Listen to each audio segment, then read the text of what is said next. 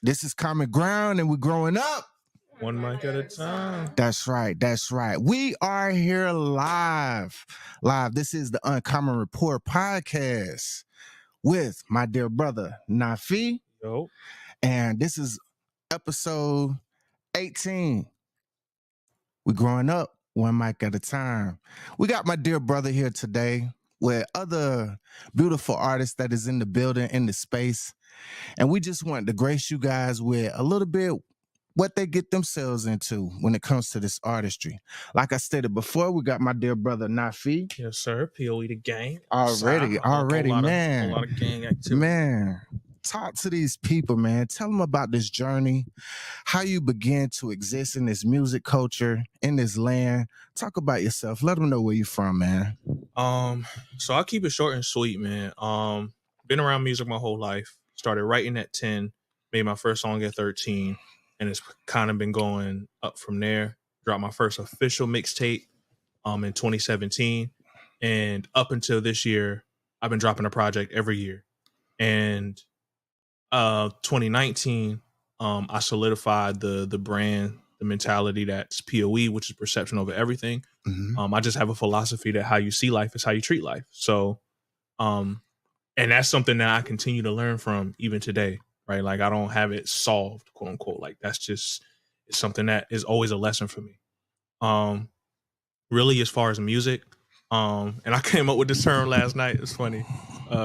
Cosmic rap would probably be the best way to describe it. I'm very the way sometimes my things interconnect surprises even me, and I know it comes from a place that is spiritual in nature. So Absolutely, cosmic rap, man. That if I could sum up the music journey, that's really what it's been. Been gracious enough to have a lot of platforms, especially in South Carolina, give me the ability to perform, do what it is I do. I've met great artists, and I mean, we just taking the steps, man. Just taking the steps. Okay, as we we scroll along through this pasture of life, right? What age were you whenever you say, you know what, I'm gonna take this thing more seriously? Because you already know you got the gift, right? You already know that you got the bars, you got the artistry side of things, and you know that you can write. You know that you got a great thinking when it comes to the pen, right? Your penmanship is, yeah. We know that part. So at this point that you realize it and you're saying, hey, I'm gonna put perpetual motion into giving this thing all that I got, all that I do. About what age were you, man? I was 2017. So I think I was around like 21, 22 when I said, you know what, I'm gonna take this thing seriously and I'm gonna do my due diligence and go at it. Yeah, so I was like 21 when I just made that decision. Wow. But you started when you said 10? Yeah, I started writing when I was 10. Made my first song at 13. Right. And from 13 up to 18, I was making music, but I was battle rapping. It was outside. So it wasn't something that I really wanted to share with the world. So you cultivated this land at least about 10, 11 years prior to you. Hey, this me. Yeah. Yeah. For sure. That's what's up, man. Yeah. That's what's up. That's what's up, bro.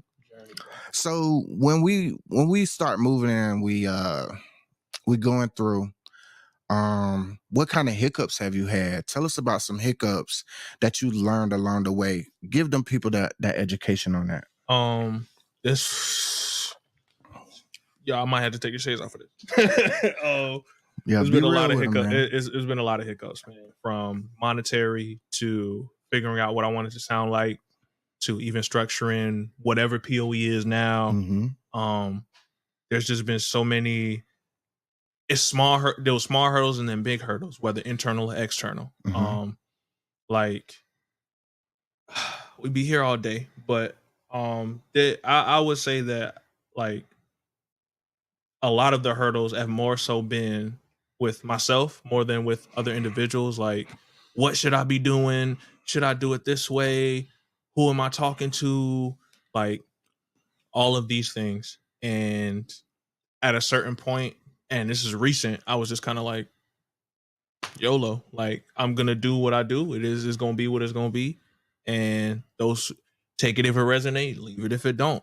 And I think that as artists, we all need to kind of start to adopt that approach, because Mhm. there isn't really like there are blueprints out there, but Right, right, there isn't a set blueprint anymore. It's kind right. of based on where you are in your space and doing what you need to do. Like you can literally create your own little corner of artistry. The artist is the blueprint. You know what I'm saying? Always have been the blueprint. Yes, So yes. yeah, that's been the biggest thing, is just, having that inner struggle. And Okay. now I feel like we winning now. So I think I'm good as far as that. Word. Yeah. Word. What was some tactics that you used to bring a therapeutic means to yourself whenever you deal with those internal things? Just finding out what I actually like outside of music, because although we want to dedicate ourselves to this, we do need some things that kind of cultivate that. So, for example, taking a break sometimes, like you need to make music every day, but there's times when you got to let things come to you. Put a pause on the cause. You know what I'm saying? I got you. But always be ready to resume though. That'd be, don't stop. Like you want to keep the motion going, so Yeah. you don't pause too long to where you stagnate yourself. Procrastination. I'm still working on that. I'm picky. Procrastination, man. I'm a big reader, so reading has always helped me. Particularly watching what I read. Mhm. Reading the right books. Meditation. I'm spiritually minded artist, so Right. anything related to spirituality has always been like a safe space for me. So I want to get into that. I want to get into the spirituality aspect as it ties back into the music, though. You know what I'm saying? For sure. Because you are one of the first artists that I've came across, and I say, you know what? This brother is really putting it in there, whether you catch it or not. You know what I'm saying? That's up to the listener. But I hear the bars, I see the artistry, and I know that you are spiritually crafted. So let's talk about that. How is it you said, hey, I'm gonna take the artistry, the spirituality that I live on my daily basis of life, and intertwine with those two? Tell the people. It really started when I was making music with my cousin. He had his own imprint, Mob Q Records, and even though we were battle rapping, there were also aspects of asking questions as far as spiritually related things. Right. So that kind of cultivated where I'm at now. Like my first, what you would call spiritual awakening, was actually during this time where my cousin literally, I played a song for my cousin, he liked it, but then he went through and showed me like what each line meant, and it blew my mind. Okay. So, let alone growing up in the church, already kind of being spiritually minded in that way. My grandma Right. was a pastor. Right. And those things kind of just culminated over time to where I started asking my own questions, started exploring, and I always read like fantasy books and things like that when I was little. But from there, it kind of just grew, and I realized that not only did I have a gift with the pen, which I wasn't always like that. I used to be boo boo. Okay? You know what I'm saying? Substance. Hey, It really matters. Yeah. But it just kind of came over time. I was like, this is a perfect way to deliver the wisdom that I've learned and am still learning. So, throw it on wax. And at this point, it's just about making sure that it sounds appeasing to the listener and myself. True indeed. And I think for those spiritual listeners that's out there, those spiritual watchers that's out there, those overseers, right? When they get a chance, they hear this music, you know what I'm saying? Run down a few of your favorites off your playlist. What's a few? Some of my favorite songs. Yeah. Intentions is definitely one of them. Yes. Let me see what else. My track Game Over is definitely one of them. I do like the Lounging remix I just released. It definitely, for me, it feels like it feels like a maturation of what I've done. I can remember one of these when you was early in the game, though.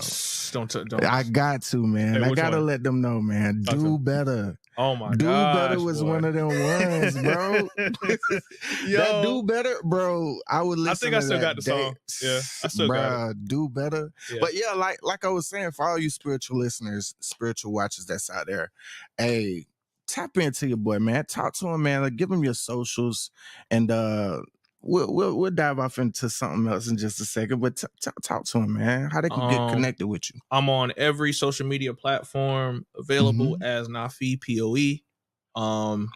If you're interested in learning about myself more and the brand, perceptionovereverything.com. And I'm on all music platforms as NAAFIE. So that's NAAFIE. Cool. That's what's up, man. That's what's up. That is what's up. But moving right along, man, we also, we just came off tour, and you being the host of the tour, Be Still, we still moving to, we serve the community from here to abroad, you know what I'm saying, with quality artists. We gave them that punch, you know what I'm saying, that Hadouken in here, you know what I'm saying, came forceful, fire ready. Talk about it. Talk about the experience and what you learned from it, and what are some things that you would like to see grow. Biggest thing I learned from the tour was just learning about what common ground is as a platform. Like, a lot of the things that I noticed was a lot of artists will come in and just feel the love and appreciation for their artistry. I think that's something that's beautiful. Definitely loved working with and being around all the artists. This is one of the first times where I'm around a bunch of artists and it really feels like home. Like, I know I've expressed that to y'all, but it just, like, I feel like I'm around my folks. You know what I'm saying? Like, I don't have to, like. So we embodied the name. Yeah, man. Right. Truly. Right. It was just an honor to host the artist, man. Like, I think we had a lot of fun. I think there was some great music, some great moments, and a lot of cultivation as well. What was one of your grandest locations? Like, what was the best location for you? Best location? It would have to be either the Healing Arts Exchange in Florence, or the Columbia show. Strictly because I just feel like we had so much fun. Like, we just enjoyed ourselves. Like, the Columbia show was great because we bonded in such a way that I never experienced before, because I know a lot of the artists, like, y'all known each other previously. So right. I'm kind of just stepping in as kind of like, I felt like the new guy, but I felt embraced. You know what I mean? So it was dope. You ain't the new guy, man. You ain't the new kid on the block, bro. That's what's up, bro. I appreciate you, man, for hosting. For one, I appreciate you coming on this platform of the Uncommon Rapport, man. Tell the people what they could be looking up forward to next, though, Nate. So I do have a single coming out soon, probably around the end of January. Okay. And I'm currently working on my next featured album. I ain't gonna. Those who know me know what it's about, but I'm not gonna share that to the people just yet. That's all in due time. But just Respect. Really the goal is a professional. Like, I would like to release a project to where you don't even know if it's released by a label or not. Like, I want it to be that level of quality, because I think if we do that as artists, it raises our brand value. It gives us opportunities that I think we would have not gotten had we not had the quality. You know what I mean? So okay. Well, talk about that branding side. I was getting ready to let you go, but my gosh, you brought up a topic, man, that artists really need to know about. About marketing, about branding. What have you seen from what you've done as a person who brands, as a person who actually is in their market field, you know what I'm saying, when it comes to your socials and everything? Talk to them. What is it? What is some tips? Like, give them some knowledge. Real quick, and I'll just keep it short and sweet. It is easier to cultivate your business when it's authentically you.